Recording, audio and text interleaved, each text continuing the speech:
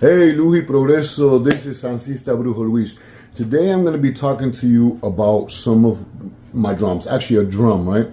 The shamanic drum. If you own a drum, sometimes you're going to notice that it's going to go completely flat on you, especially if it is a natural animal hide drum. Now, each hide is very different. We have hides from buffalo, bear, which are very thick hides, and then we have thinner hides like, well, cow is very thick, but we have like goat hide that can be very thin. This is actually a buffalo. I think this is a buffalo hide. I'm pretty sure this is a buffalo hide, and I want you to hear it, how it sounds, and it's completely flat. Do you hear that?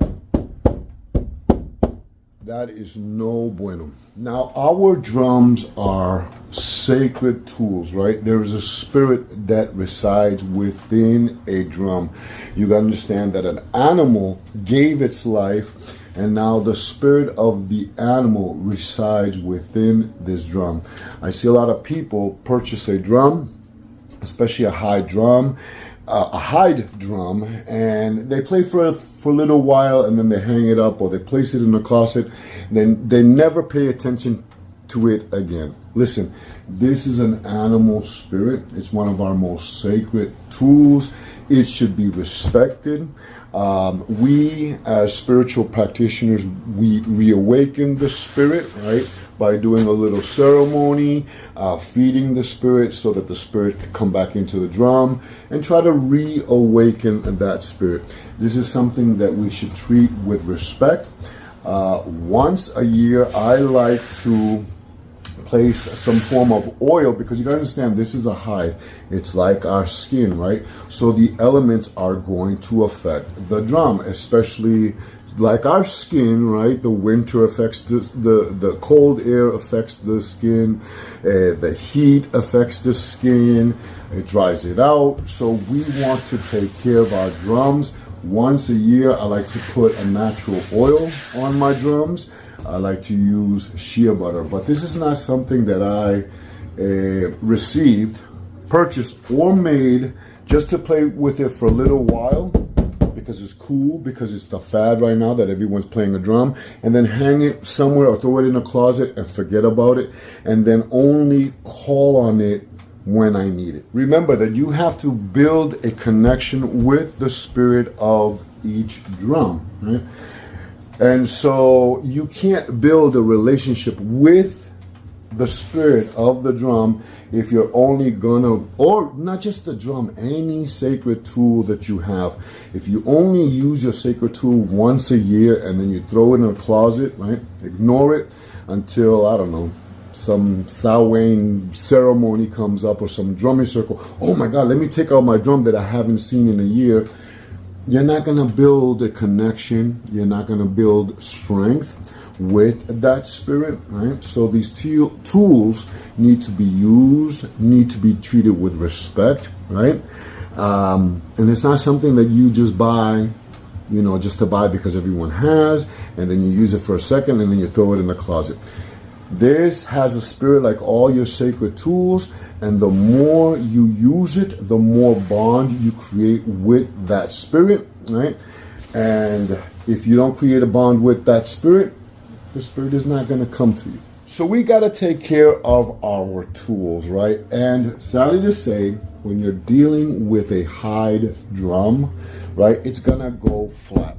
Now, in nature, Native American medicine men, Native American medicine women, shamanic practitioners from Mongolia, Siberia, they always pass the drum by the fire, right? The fire ceremony, to reawaken that spirit that is slumbering. But not only reawaken the spirit, right?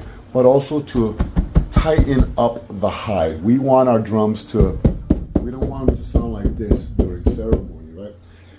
Sadly to say, we don't live by a fire all the time. So we have to think, all right, I'm an urban shaman, I'm an urban medicine man, I have to do something urban. So what we're gonna do is we're gonna use one of these old what do you call this? Hair blowers, right? Put it on heat and pass it through the drum to tighten the skin. And remember, you want to blow it as far as this is your skin. As you don't want to place it too close. You want to place it as close as your hand can take it, and you want to pass it through the drum to tighten up that drum. This sounds, I want you to hear it. How flat it does, how flat it sounds. So I want you to hear it after I tighten it. It's going to take a while. So I'm going to go over there and plug this in and just give it a good blow dry, right?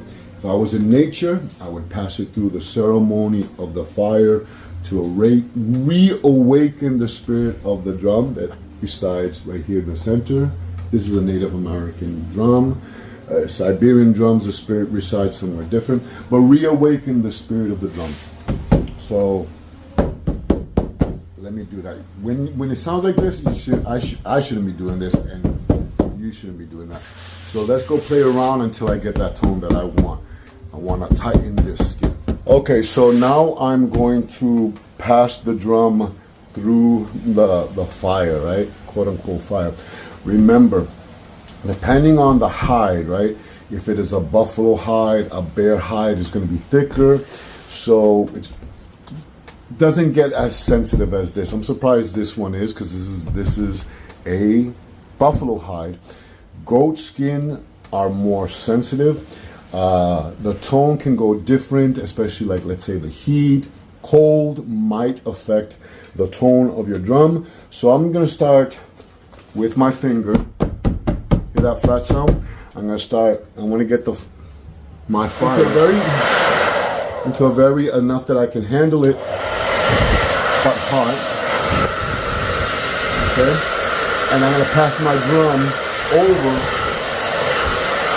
or pass the hairdryer around the drum to tighten the skin. You want to get it all through the drum.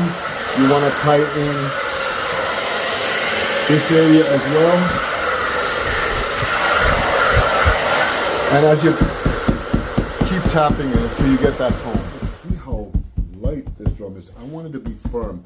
Not super firm. I don't want to tighten it too much where I hurt the frame of it, but tighten it enough so I can see it's really loose just by playing it.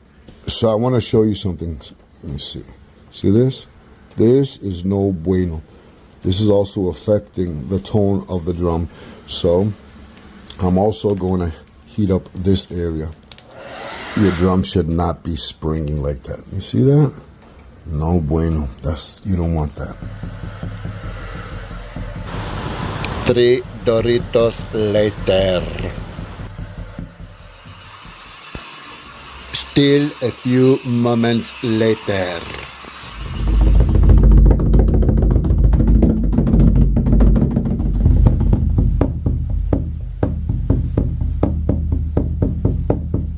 Okay, so it took me around 45 minutes to tune this drum. So let's hear it now. Hopefully you can hear it in the video.